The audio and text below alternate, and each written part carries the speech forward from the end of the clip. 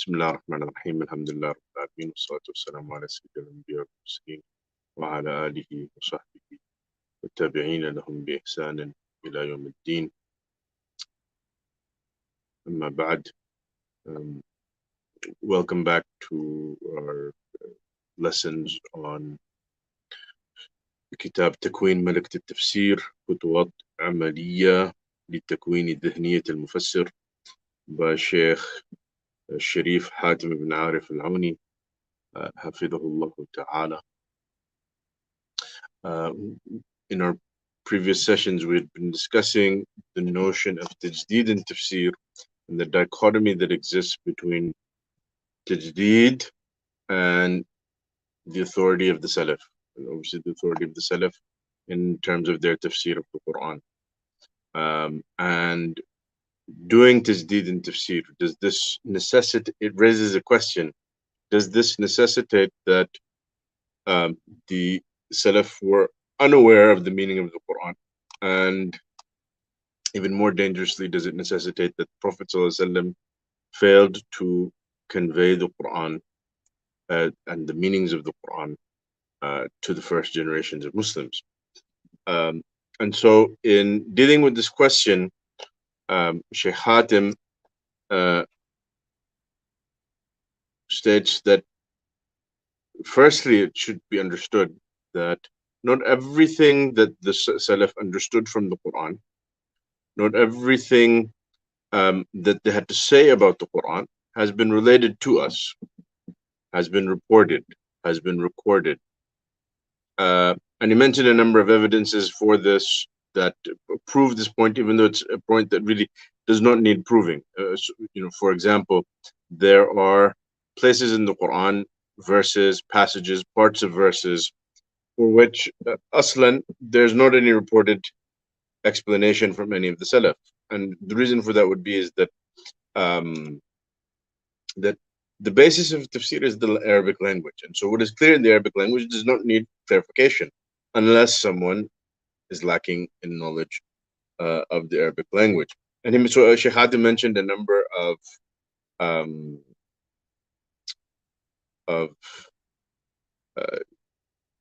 points that illustrate this understanding that not all of the tafsir of the Salaf has been recorded, not all of the understanding of the Salaf of the Quran has been recorded and reported to us. Today, inshallah, we will be taking a look at, when we speak about the tafsir of the Salaf, or if we speak about whether or not the tafsir of the Salaf is a hujjah, then in what case is it a hujjah? And why would it be a hujjah? And this will lead us also to a discussion of ijma, the relationship of the concept of ijma to tafsir. And ijma in tafsir has two aspects. You have, obviously, where everyone is in agreement, and someone introduces a new opinion that goes against the ijma. And then you have what is known sometimes as al-ijma' al-murakkab, which is where you have multiple different opinions, but the opinions have settled on these opinions, that these are the opinions in a particular issue, whether it be a fiqh issue or in this case, as we're dealing with tafsir. And then someone introduces a new opinion that goes outside of those opinions. This would then go against this ijma' murakkab, this sort of compound ijma', that there's an implied consensus that the truth does not go outside of these aqwal, that the scholarly consensus has settled on the interpretation of this verse, or the ijtihad fiqhi in this issue does not go outside of these well-known established aqwal of the ulama. And so this is sometimes known as al-ijma' al-murakkab, and you also find it referred to in books of usul al-fiqh as the issue of ihdath qawl thalith or ihdath qawl jadid. So with that, Shaykh Hatim says, وهذا يسوقنا إلى الحديث عن حجية تفسير السلف بدءا بالصحابة رضوان الله عليهم وكلام الأئمة فيه شهير. فهل معنى هذا الكلام أن تفسير السلف ليس حجة توجب ترك الاجتهاد؟ والجواب عن ذلك أن أقول: تفسير السلف في صور 4 يكون حجة ملزمة. الصورة الأولى إذا كان إجماعا منهم، وهو كالإجماع الفقهي منه اليقيني والظني والمتوهم. So sometimes you will have claims of ijma' that are not genuine, that are not valid, or that at the very least cannot be verified to be true ijma'. ومنه الإجماع على قول، والإجماع المركب بعدم احتمال خروج الحق عن مجموع أقوالهم بشروط ادعائه. There's شروط for making a claim of ijma', and so the shurut would have to be met to claim that an ijma' has taken place, or to claim that an ijma' murakkab has in fact taken place. And this is why we will have to investigate a little bit what exactly is the ramifications of the concept of ijma' for tafsir. الصورة الثانية إذا كان له حكم الرفع وصح سنده، كالتفسير الذي لا يكون باجتهاد ويستبعد أن يكون من الإسرائيليات. So this clearly then, if the hukm is rafa', meaning this must have been taken from the Prophet ﷺ, so obviously then this is a hujjah. وكأسباب النزول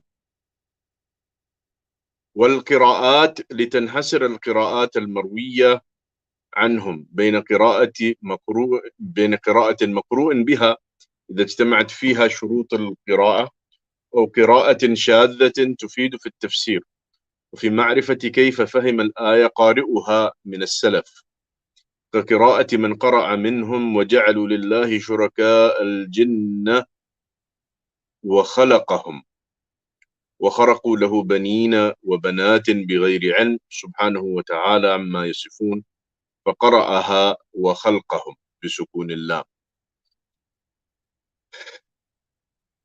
When it comes to qira'at,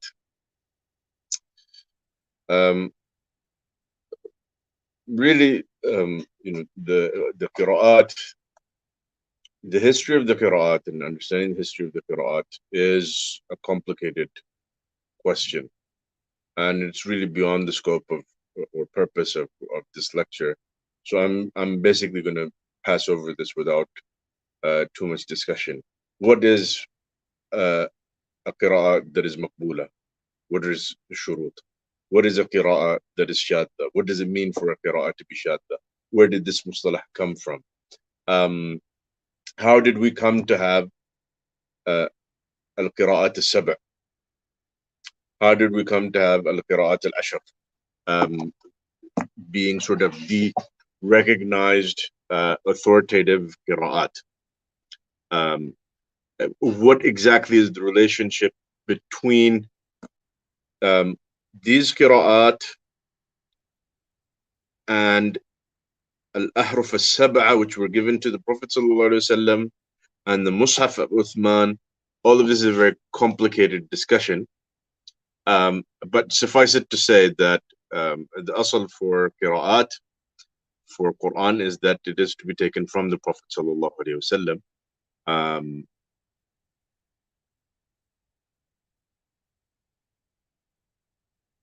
And so therefore, here, as Sheikh Hatim argues, that this would then also be like a hadith marfu' in terms of its authority for tafsir. There's actually much more to be said about this, but as I said, it's such a complicated topic that it's beyond the scope of our discussion here, and it's beyond the purpose of our discussion here. So I'm going to pass over it. والنسخ إذا كان إخبارا عن زمن نزول الوحي لا عن اجتهاد.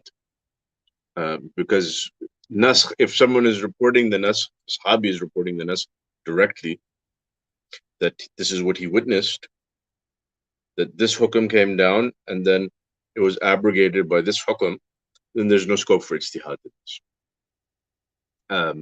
Although claims of naskh can be ijtihadi, but reports of naskh, well, sometimes could be ijtihadi. They can also be explicit that naskh has taken place. In this case, there's no scope for ijtihad.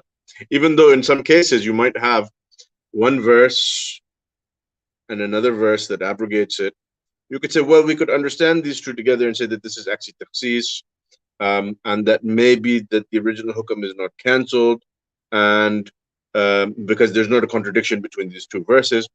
And when the naskh is sarih, when we have sarih, sahih reports of naskh, ta'arud between the madlul of the ayat is not necessary. Meaning, ta'arud haqiqi, ta'arud that is not, cannot be resolved by some sort of ta'wil. It's not necessary, provided that the report is authentic and explicit. In cases that are not authentic or explicit, here you get ijtihad from ulama as to whether or not a certain verse is abrogated, or whether or not a certain hukam is abrogated, whether it be in a verse of the Quran or in hadith of the Prophet sallallahu alaihi wasallam. But there would be cases of it that are marfu and hukam. So these sorts of reports have no scope, that have no scope for ijtihad in them, or it's extremely unlikely that they're on the basis of ijtihad and are most likely talaqqi. Then these would also take the hukam of rafa'. Having the hukam of rafa' means that they are, of course, hujjah, because they go back to the Prophet sallallahu alaihi wasallam. السورة الثالثة إذا كان مجرد نقل المعنى اللغوي لا اجتهادا منهم في المعنى بدلالة التركيب والسياق. Okay, so this is an important point.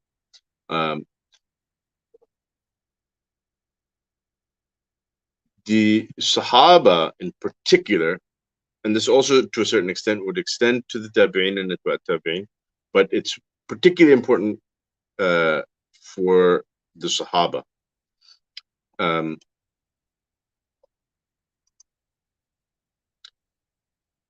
When the Sahaba explain a verse, they may do ijtihad in explaining the verse. They may do ijtihad in explaining the verse. But when it comes to whether or not a particular word or a particular expression has a particular meaning in the Arabic language, now the question would be, well, is that particular meaning the one that is intended here? That would be an issue of ijtihad. But when a Sahabi, Arabi, from the time of revelation says that this word means this, and we can understand that based on this claim, that this is a meaning of this word in the language, or meaning of this expression in the language, then in terms of his naqal of the language, is hujjah. لأنها لغتهم والقرآن نزل يخاطبهم بلغتهم وألفاظهم وأساليبهم، لكنهم في فهم التراكيب يجتهدون، فلذلك فقد يصيبون وهو الأغلب، وقد يخطئون في فهم التراكيب والمراد من معاني العبارات. And Shaykh Hatim mentions the famous example from Adi ibn Hatim, لما نزلت حتى يتبين لكم الخيط الأبيض من الخيط الأسود أمدت إلى إقال أسود وإلى إقال أبيض فجعلتها تحت وسادتي فجعلت أنظر في الليل فلا يستبين لي فغدوت على رسول الله صلى الله عليه وسلم فذكرت له ذلك فقال إنما ذلك سواد الليل وبياض النهار. أو في الصحيحين أيضا أن سهل بن سعد رضي الله عنه قال أنزلت وكلوا واشربوا حتى يتبين لكم الخيط الأبيض من الخيط الأسود ولم ينزل من الفجر. So initially when the verse was revealed, it was revealed without this addition, من الفجر. It was an addition that was revealed later to make the verse explicitly clear. Because there's ihtimal here as to what is meant by al-khayt al-abyad and al-khayt al-aswad. Some of them thought it actually means, as in the first narration from Adi, it actually means a white thread and a black thread, and so they would place a white thread and a black thread and look at them and see are they clearly distinct from one another as the light of Fajr starts to come in. فكان رجال إذا أرادوا الصوم وربط أحدهم في رجله الخيط الأبيض والخيط الأسود ولم يزل يأكل حتى يتبين له رؤيتهما فأنزل الله بعد من الفجر فعلموا أنه إنما يعني الليل والنهار. So as the Prophet ﷺ said in the other narration from Adi ibn Hatim, إنما ذلك سواد الليل وبياض النهار. So not a thread, it means the band of light that you see on the horizon. When Fajr starts, there will be a distinct band of light that starts very thin, that becomes distinct from the blackness, and then it's slowly the light spreads, and that is the beginning of Fajr, and that is the time at which to stop eating and drinking. وكلوا واشربوا حتى يتبين لكم الخيط الأبيض من الخيط الأسود من الفجر.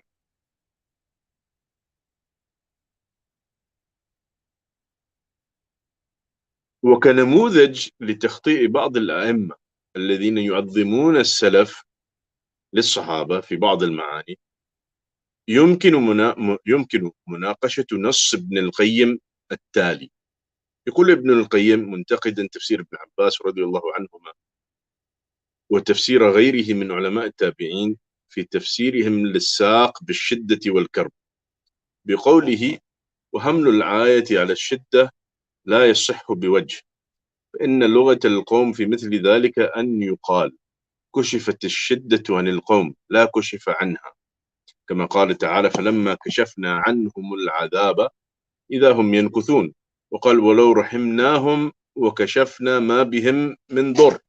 فالعذاب والشدة هو المكشوف لا المكشوف عنه. وأيضا فهناك تحدث الشدة وتشتد ولا تزال إلا بدخول الجنة، وهناك يدعون إلى السجود وإنما يدعون إليه أشد ما كانت الشدة. انتهى كلام ابن القيم.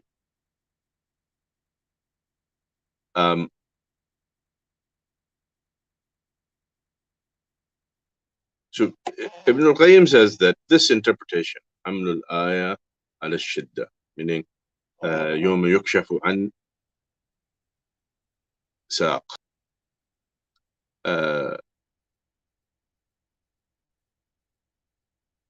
he says that understanding it to refer to a shidda is absolutely incorrect because this is unsubstantiated from the Arabic language. And he mentions these examples from the Quran. لما كشفنا عنهم العذاب وكشفنا ما بهم من ضر. So he says that it's adhab that is being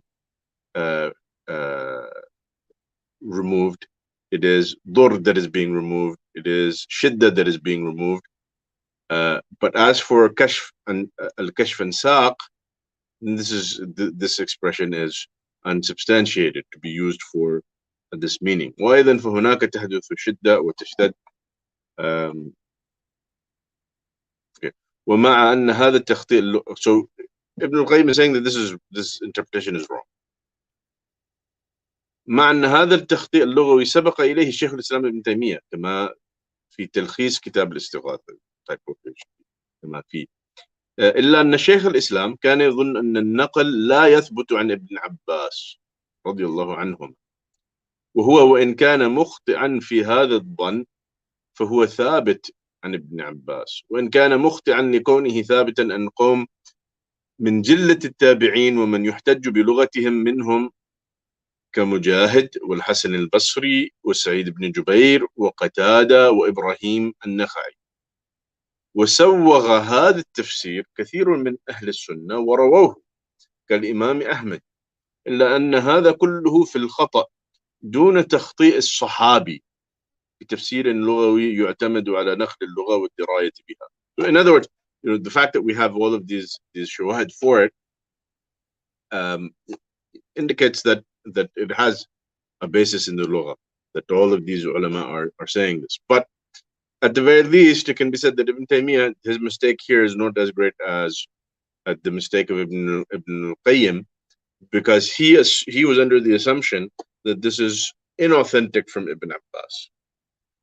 With Ibn al-Qayyim, we'll see that that's not the case. Hatim says, رحم الله ابن القيم لو اكتفى في الرد بحديث الصحيح البخاري يكشف ربنا عن ساقه فيسجد له كل مؤمن ومؤمنة لكان أصح له. أما أن يخطئ أهل اللغة وأصحابها كابن عباس وهو القرشي الهاشمي واللغة لغته والتعابير هو أدرى الناس بها وهو مثبت للتعبير وابن القيم ينفي علمه به فهذا خطأ كبير. So Ibn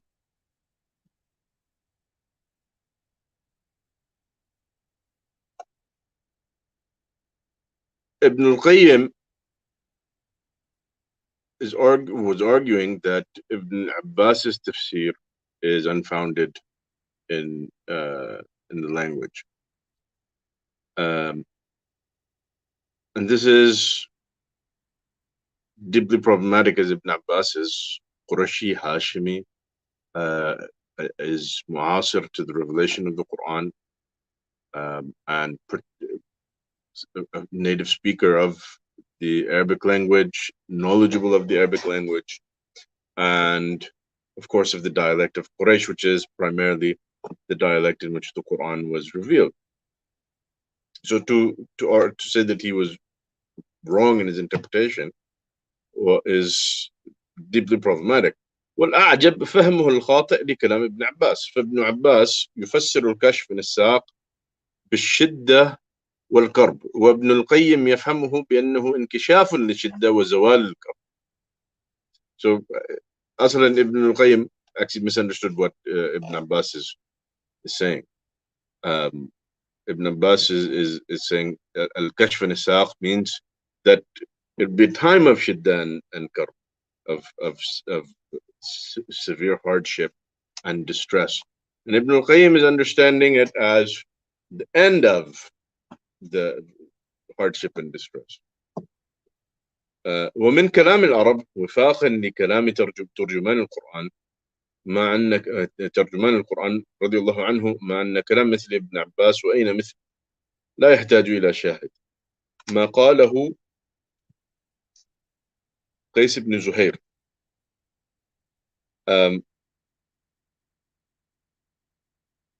فإذا شمرت لك عن ساقها فويهن ربيعة ولا تسأل. فإذ شمرت لك عن ساقها فويهن ربيعة ولا تسأل. So you use the expression شمرت, which is basically the same as كشفت, عن ساقها. وقال حاتم الطائي وتروى لغيره آخر الحرب إذا إن أضت الحرب عضها وإن شمرت عن ساقها الحرب شمر. So again you have شمر عن الساق. This is now الحرب شمر عن الساق. وقال تعبط شرا وهم أسلموكم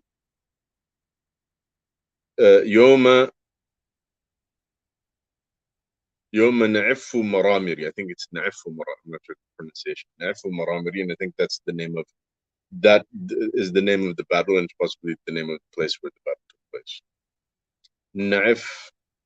نعف. It means something like the side of a mountain. وقد شمرت عن ساقها جمرة الحرب. So here it is, the burning coal of war that has شمرت عن ساقها. Again, شمرة basically with the same meaning as كشفة.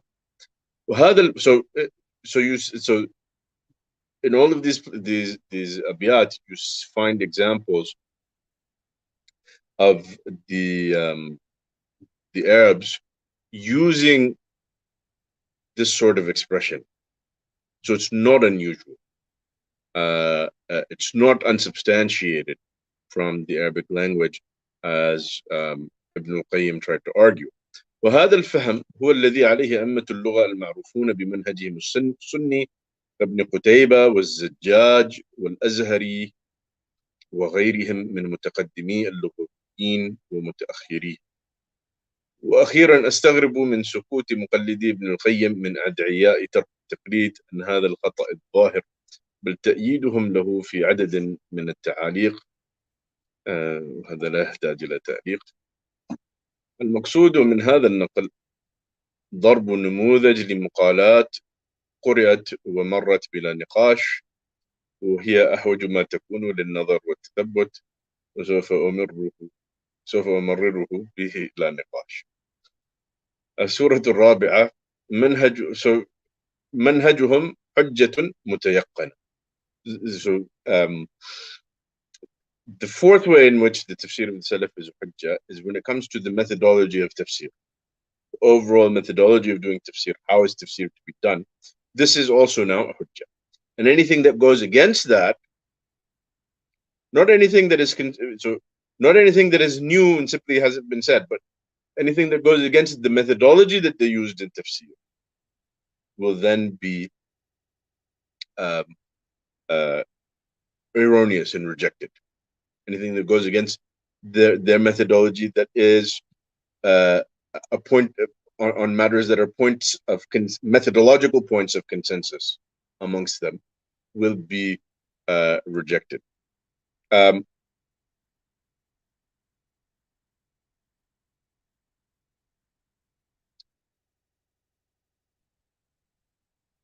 وهو في صور أخرى يكون تفسير السلف ليس حجة، وهو فيما سوى الصور السابقة، فليس كل قول السلف حجة ملزمة، ولا وجه للقول بالإلزام به في غير تلك الأحوال. If anyone argues that it is mulzim, other than these four categories, and other than these four scenarios that Shaykh Hatim has identified, then that would need to be substantiated with evidence. Would need to be substantiated with sound evidence and a sound rational argument as to why their qawl should be considered a hujjah. Because the asl is, this is true of Sahabi, it's true of the Tabi'i, it's true of any of the Salaf as individuals, that they are not ma'asum. لا يوحى إليهم وليسوا معصومين من الخطأ. They're not ma'asum. So therefore, naturally it follows that they cannot be, their qawl cannot be hujjah. In these particular four scenarios that Shaykh Hatim has identified, there are reasons why these scenarios, their qawl would be hujjah. In a fashion that comes back to the Quran and the Sunnah, and the hujjah of the Quran and Sunnah. So you have ijma, you have the Sunnah of the Prophet ﷺ, so you have things that are laha hukm al-rafa, and then you have the hujjah of the Quran, of the Arabic language as a means for interpreting the Quran, which is established in the Quran itself, that the Quran is an Arabic Quran, and so therefore the Arabic language, and this is something that even if the Quran had not said it, it's something that rationally, any text, to interpret the text, the first thing that you do is analyze the language of the text. Because what is it? What is a linguistic text other than the words that it's composed of, and the language in which those words happen to be composed, without which you cannot understand them. So the third point comes back to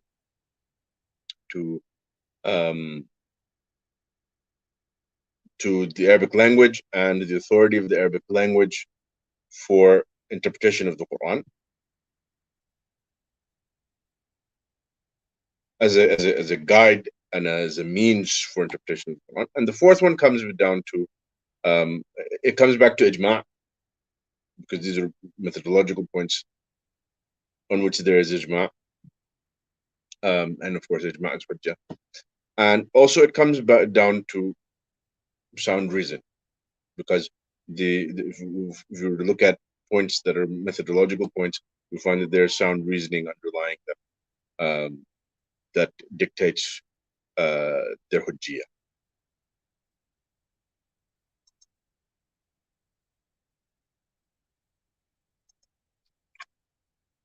So outside of these four scenarios, the qawl of the Salaf cannot be considered, or the qawl of one of the Salaf cannot be considered to be a hujjah. فإطلاق القول بعدم جواز الخروج عن مجموع أقوالهم مطلقا لا دليل عليه إلا عند من تصور أنه يلزم أن ينقل لنا فهم السلف في كل آية، وأن لا يفوتنا من فهومهم شيء، وأن أقوالهم التفسيرية كلها نقلت إلينا. وهذا هو الذي سيقول إذا عرضنا إطلاق القول بعدم جواز الخروج عن مجموع أقوالهم أن أنتم تجوزون أن تكون الأمة مجتمعة على الضلال في تفسير القرآن والحديث، وأن يكون الله أنزل الآية وأراد بها معنى لم يفهمه الصحابة والتابعون، لأنه تصور أن كل فهم السلف حفظ ونقل إلينا. We were discussed in a previous session that this understanding is not correct and is unsubstantiated. And something that's important to note, regardless of the example, the soundness or lack thereof, I should say, of the example that we saw from Ibn al-Qayyim, note that Ibn al-Qayyim is making takhti' of Ibn Abbas. And this just re-emphasizes that even for Ibn al-Qayyim, and Ibn al-Qayyim is someone who reveres the Salaf greatly and gives great importance to the authority of the Salaf and sticking to the way of the Salaf and the aqwal of the Salaf. Even if his muntalaq in takhti' here was his basis was incorrect, it still it illustrates that even for Ibn al-Qayyim, the Salaf are not infallible. The Salaf are not infallible, and even Ibn Abbas, who is the most knowledgeable of the Mufassirin, really the Sheikh of the Mufassirin, the first true Mufassir to make tafsir of basically the whole of the Quran, more or less, and whose knowledge and learning of the Quran and of the Sunnah and of fiqh, and tafsir in particular, was recognized by all of the Sahaba, and yet he is not above criticism. He's not above criticism. So this it does serve to reinforce that the individual aqwal of individual Sahaba cannot be hujjah. Only thing that could make it hujjah is if it constitutes an ijma, or if it is marfu' and hukam. Because if it's in marfu' and hukam, it's not actually the qawl of that Sahabi, it's from the Prophet ﷺ. And if it's ijma, then the ijma is ma'soom, because it's not possible for all of them to misunderstand the Quran and for the meaning of the Quran to be lost. For the meaning of the Quran to be lost. So, and because of the adillah of ijma and so on and so forth, which is in of itself a big discussion, that although we're discussing ijma here, the discussion on what is the mustanad hujjiyat al-ijma is in and of itself a big, huge discussion in the books of usul al-fiqh that is beyond the scope of our discussion here, beyond the purpose of this class.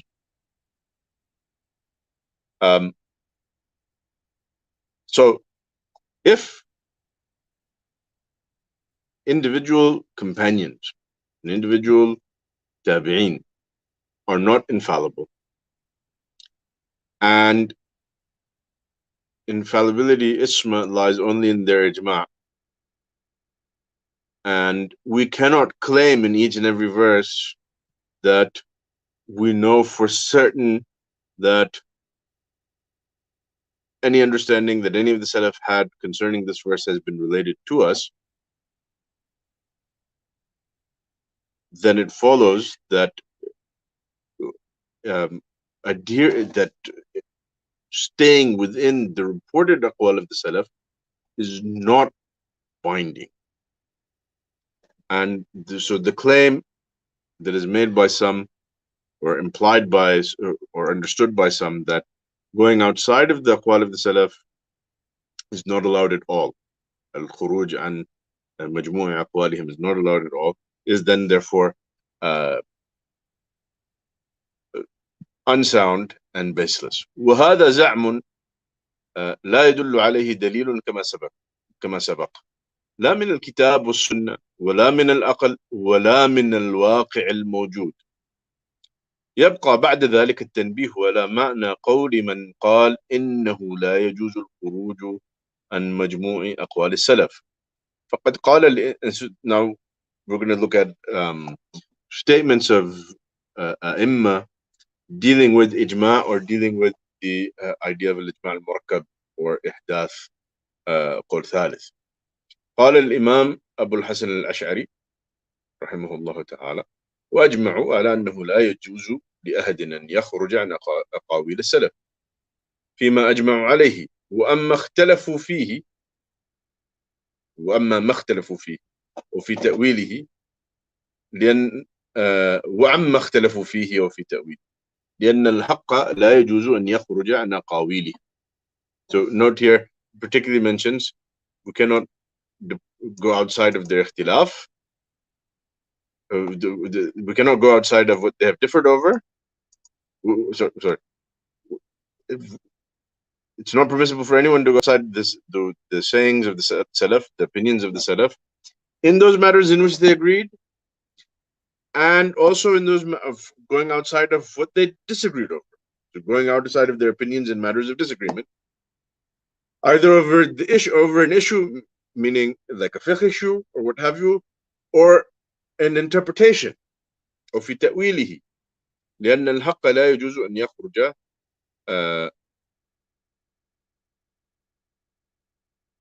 عن أقاويله. وقال أبو عمر الداني في بداية الرسالة الوافية: اعلموا أيدكم الله بتوفيقه وأمدكم بعونه وتسديده أن من قول أهل السنة والجماعة من علماء المسلمين المتقدمين والمتأخرين من أصحاب الحديث والفقهاء والمتكلمين، ثم قال عن السلف الصالح: وأن لا نخرج عن جماعتهم فيما اختلفوا فيه أو في تأويله. Whether it's a fiqh issue or a matter of interpretation. So that would imply tafsir of the Quran as well. وللجواب عن ذلك أقول إن منع الخروج عن مجموع أقوال السلف إنما يصح بشرطين: الأول أن يكون قد تحقق في المنقول عنهم قرائن تدل على أنه ليس لهم فهم للآية إلا الفهم المنقول، وأنه لو كان لهم قول وفهم آخر في الآية للزم أن يكون منقولا، وذلك إذا تحقق فيه الأمران التاليان: أهمية ذلك الفهم، الأهمية التي توفر للفهم بمقتضى العادة وجوب النقل فيما لو وجد عند السلف، لأن ما تتوافر الدواعي على نقله بمقتضى العادة البشرية لا يصح عقلا ترجيح عدم نقله إلا بدليل إضافي يدل على عدم النقل، ولذلك كان الأصل العقلي يقتضي يقينا أو ظنا غالبا أن يكون الأمر الذي تتوافر الدواعي على نقله منقولا، ولا يصح ترجيح خلاف ذلك بمجرد الاحتمال المرجوح المخالف للعادة الجارية. Second matter: توفر الزمن وامتداده مما يتأكد معه عدم ورود ذلك الفهم عند السلف، وهذا الزمن يختلف باختلاف أهمية المسألة واختلاف درجة توفر الدواعي على نقلها. ففهم من آية يتعلق بإضافة ناقض من نواقض الوضوء مثلا ربما يكفي فيه عدم وروده عن الصحابة رضوان الله عليهم للقول بعدم فهمهم لها على ذلك الفهم، لعظم أهمية هذا الفهم في الدين ولشدة توفر الهمم على نقله فيما لو وجد، بخلاف مسألة أخرى لا تبلغ في عموم البلوى بها ما تبلغه تلك المسألة. أما الاستدلال بمطلق عدم ورود فهم له وعدم وقوف بعض العلماء والباحثين على قول معين منسوبا لأحد السلف لمنع استحداث قول جديد، فهذا وحده لا يكفي لمنع الاجتهاد التفسيري الذي لم يرد والذي لم يبلغ ذلك العالم والباحث وروده، لأنه في هذه الحالة لا دليل على عدم فهمهم الآية بذلك الفهم غير الوارد، لأن مجرد عدم الوقوف على الفهم ليس يدل بإطلاق على عدم حصوله لهم، فقد يفوت الوقوف على الفهم وهو وارد وموجود، ولأن عدم الورود حتى لو تحقق ليس يدل بإطلاق على عدم حصول ذلك الفهم عند بعض علماء السلف، ولا يدل عدم الورود على عدم الحصول إلا في حالات دون حالات سبق التنبيه عليها.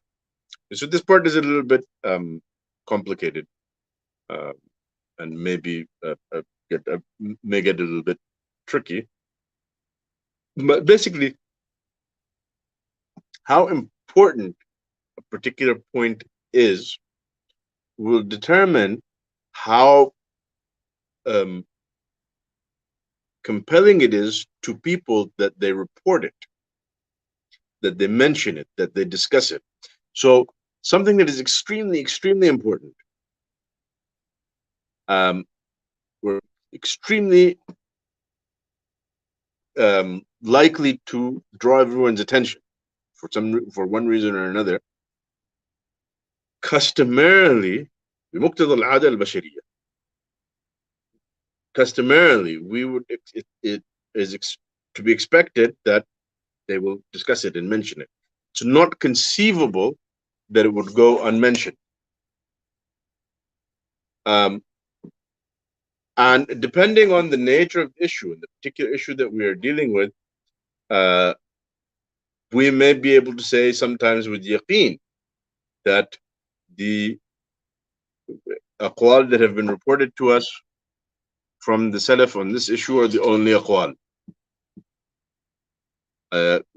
Like, for example, if someone were to come along today, or even centuries ago, and claim that, oh, in fact, that there is a naqid, there's a nullifier of wudu not mentioned by, not reported from any of the Sahaba in any of the books that we have, not mentioned by any of the fuqaha of the four madhahib, or even the fuqaha of the tabi'een and atba' tabi'een whose madhahib perhaps are not followed today, nor is it a wajh min al-wujuh in the ashab al-wujuh fil madhahib, but the dalil has led me to conclude that this is in fact a naqid al-wudu, and they all missed it.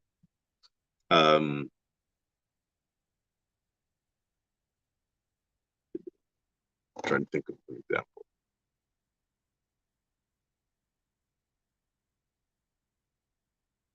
Let's say eating watermelon. Eating watermelon is a naqid lil wudu, and the ummah has missed it. Clearly, if this was a naqid lil wudu, somebody would have mentioned it. If the Prophet ﷺ had taught that this is a naqid lil wudu, somebody would have been discussing it. If some people didn't know, others would know. It would have been under discussion. You can't come now, 1400 years later, or even 40 years later, and claim, oh, you guys, you missed this. You would expect that this discussion of it would have been going on from that time. In fact, there's a very practical, again, these are fiqh examples, but very practical, real example. Find with one of the aqwal of Sheikh Al-Albani, rahimahullah, that he very strongly advocated was that gold, when it's worn in a circular form, such as a bracelet or a ring or a necklace, or even circular earrings, and so forth, is prohibited even for women. So it's haram for women to wear gold rings, haram for women to wear a gold bracelet, haram for women to wear a gold necklace, haram for a woman to wear gold earrings if they're in a circular shape, if they're in basically in a ring shape. If they're not, then they would be permissible. And likewise, if a bracelet has some gold on it, but the gold is not making a complete circle, that would be permissible. If the necklace has, say, a gold pendant, but let's say maybe the chain is, I don't know, silver or something, that would be permissible. So there's this is an opinion that he advocated, and he based it on certain evidences. If you go back to his book in which he argued this opinion, it's in his Adab al-Zafaf. He has a list of 10 hadiths that he says these hadiths are mushkil, and there's different interpretations of them. Some of them say that this is actually referring to zakah. Some of them say that this is actually referring to this. He says that these explanations, they don't work, because this explanation might work here, this explanation might work here, and this explanation might work here, but they don't all work. And so the way to reconcile all of these hadiths together is to say that gold is actually haram, even for women, but only if it's in circular form. Now, aside from looking at the individual details of the specific interpretation that he came up with for these hadiths, because some of them could be debated. In some cases, the authenticity of certain hadiths or certain wordings might be debated. But putting even all of that aside, even if we were to say that, well, maybe looking at all of these evidences, it is possible that maybe they could be reconciled in this fashion. There's nothing in these individual evidences that absolutely rules out this as a possible interpretation. And you might say, well, it doesn't make any sense. What difference does it make that it's gold, that the gold is circular or not? But Sheikh Al Albani might say, well, the hukam here is ta'abbudi anyways. It's a ta'abbudi hukam, the prohibition of gold for men. So what's to prevent there being a ta'abbudi prohibition on gold for women in this fashion? So in and of itself, that might seem probable, and a lot of scholars of Tullab al-Ilm who were influenced by Sheikh al-Albani at one point in time, and I think this quote has probably died out by now, but except for a handful. But at one point, it was actually somewhat popular in Salafi circles when Sheikh al-Albani, not only in his hadith work but also in his fiqh work, was considerably influential. But if you just stop and look at it for a moment, wearing gold for women, and particularly gold rings, gold bracelets, gold necklaces, and if you consider that there's probably hardly been a woman or even girl since the time of the Prophet ﷺ until today, except that she's worn gold jewelry. Almost every single balig mukallaf Muslim woman has worn gold jewelry.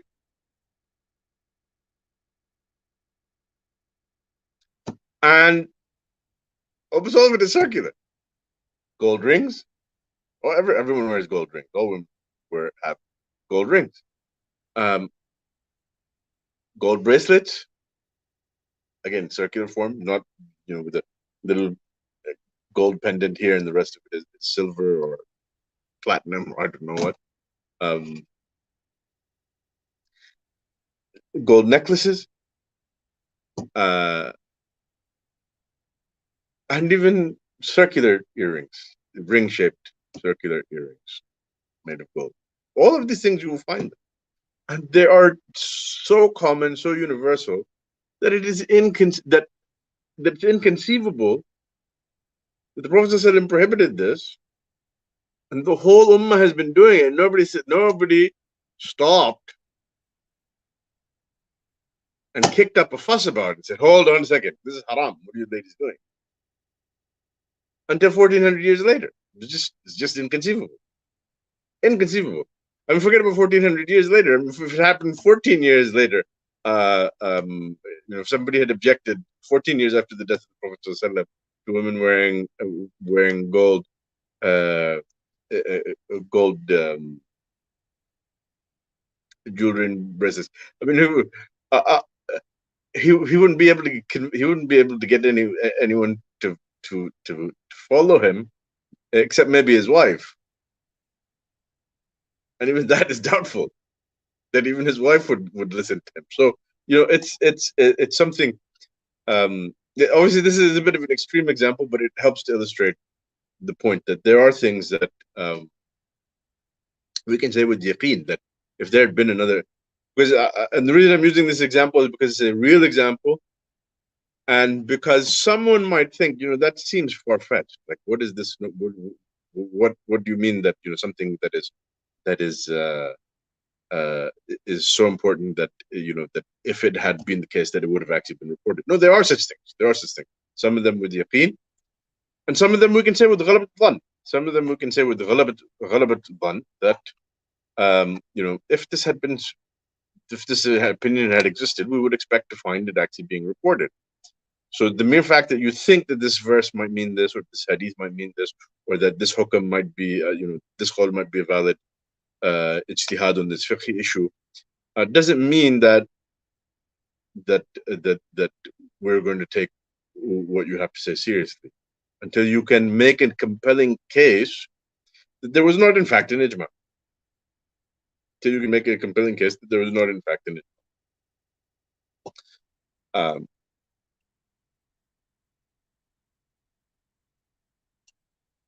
But as for ijma and what makes ijma a hujjah and how does the hujjah of ijma work and what is the mechanics of this of the hujjah of ijma and how do you determine an ijma? Because ijma is sometimes used as sort of a blunt weapon where it's just something that you just bash people who differ with you over the head. Say, you're going against ijma, even though there'll be a ton of aqwal on the issue, including the qawl that you're saying. Like, yeah, but those are not valid opinions. That this goes against ijma. These are shad opinions. So people use it as a very blunt tool, just sort of silence disagreement. And so it is an issue. It is a big issue. And certainly we can't let it be used in that fashion, because then when these illegitimate claims of ijma are made and over time they've increased. I mean, you'll find if you dig through the books of fiqh and look at the claims of ijma that are made, oftentimes the person who's claiming ijma is simply unaware of khilaf. And there might very well be khilaf. In some cases, the khilaf might very well be well known. So, just the mere fact that someone someone doesn't know khilaf doesn't mean that he should then turn around and claim ijma. And over time, with increasing sort of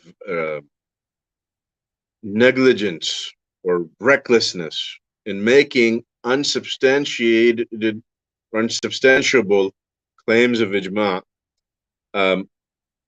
the value of ijma has been undermined. It has become this thing that people now, anytime anyone claims ijma, they look at it with skepticism. And perhaps to a certain extent, rightfully so. Because there are so many of these unsubstantiable claims of ijma or dubious claims of ijma that that don't have much of a sound basis. And so unfortunately, one of the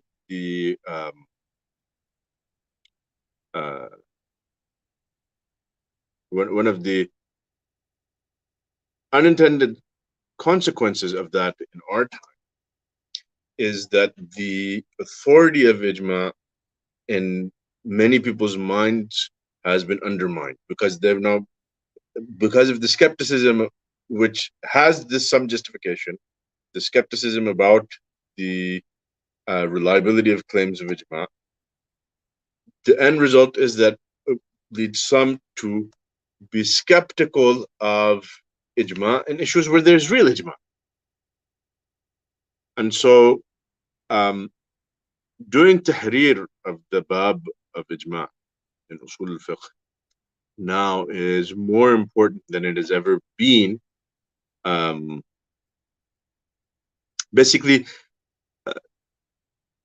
since before the establishment and canonization, if you like, of the four madhahib. Because in practical terms, once the four madhahib were established as not just legal schools of thought, but as legal institutions that were a vehicle for the implementation of the Sharia, the practical effect was that, generally speaking, the faqih does not go outside of his madhab. He does not go outside of his madhab. And so,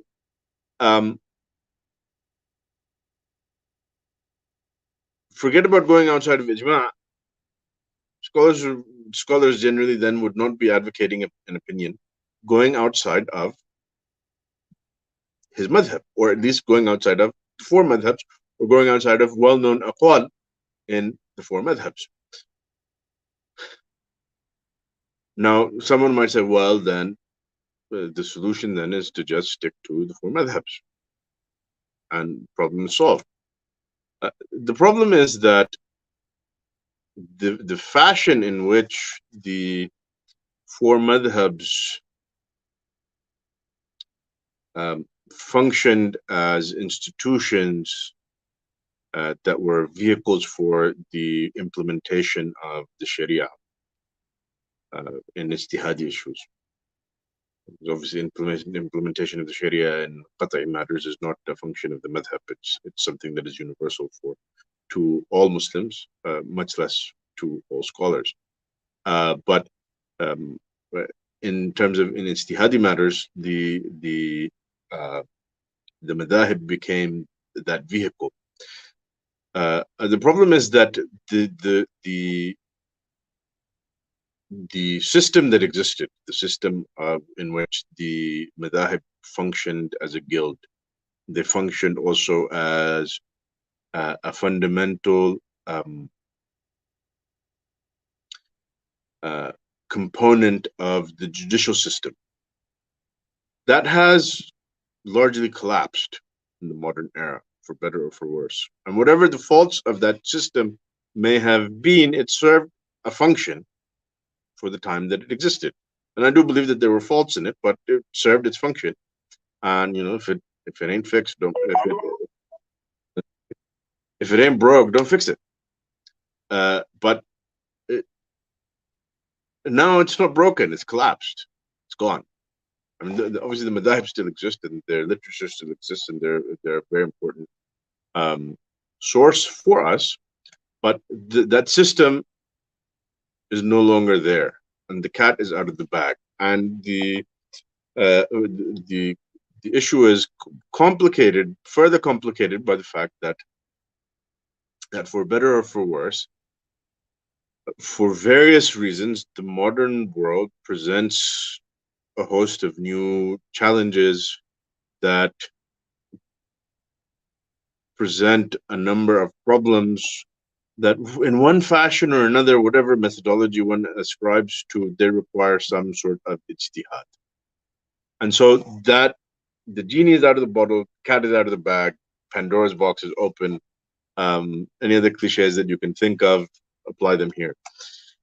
And so now all of a sudden, in practical terms, the theory of ijma and how does it actually work and how do you actually determine that ijma has taken place or not has become much more pressing than it ever was when throughout history ijma was not um, the details of ijma, figuring hammering them out was not as essential because the practical authority of the four madhabs largely acted as a barrier of going adopting aqwal that are within the confines of valid opinions of valid ijtihad because they happen to not be an opinion in the four madhabs, or they happen to not be the official opinion of the four madhabs, as the case may be in that, according to the historical period and what have you.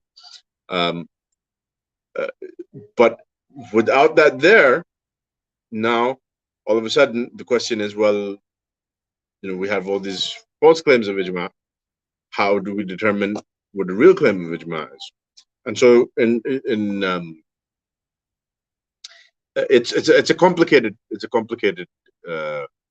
discussion, but it is a pressing and important, very important issue for scholars and tulab al-ilm alike to do tahrir of and to try and understand properly. This is a bit of a tangent that we've gone on about the evolution of the discussion of ijma and how pressing it is today. But I felt that since we're discussing ijma, it's worth making note of, even if this is not the place to actually have that discussion. That discussion requires, a course of its own, a course on. Um,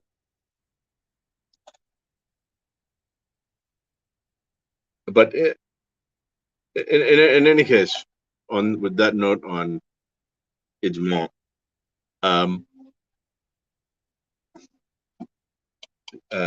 so الأول أن يكون قد تحقق في المنقول عنهم. This is the two شروط. أن يكون قد تحقق في المنقول عنهم قرائن تدل على أنه ليس لهم فهم للآية للفهم المنقول. And the second is أن يكون القول المخالف يبطل قول السلف الذي رجحنا أو تيقنا أنه لا فهم لهم غيره. So introducing, even if we have yaqeen or غلبة الظن that their aqwal do not go outside of this scope, a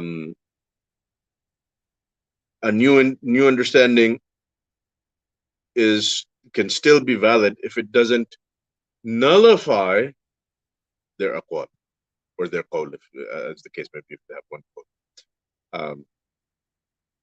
ومن هذا الشرط يتبين أنه ليس يعارضه أمران، فيما لو كان الفهم المنقول عن السلف مما نقطع ونرجح انحصار فهمهم فيه، لكن كان يمكن حمل الآية على القولين كليهما، الفهم المنقول عن السلف والفهم المستحدث بعده.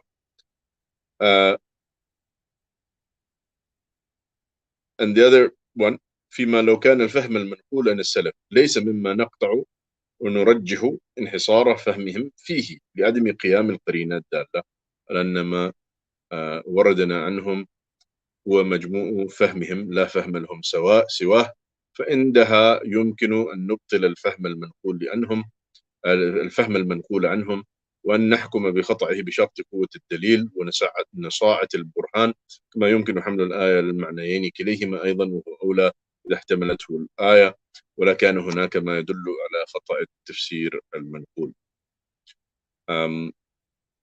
We'll conclude with this and pick up next week, inshallah, with this discussion of Shaykh Islam Ibn Taymiyyah about whether or not there's a distinction between fiqh and tafsir in regards to the mabhath of ijma and ikhtilaf and ihdath قول جديد، ihdath قول ثالث. So we'll pick up from there with Sheikh Islam Ibn Taymiyyah. I think that is basically the last major point that needs to be discussed concerning ijma, and obviously it's directly relevant to what we're discussing. And after that, we'll move on to further discussions about tajdeed. Okay. سبحانك اللهم وبحمدك أشهد أن لا إله إلا أنت أستغفرك وأتوب إليك وصلى الله وسلم على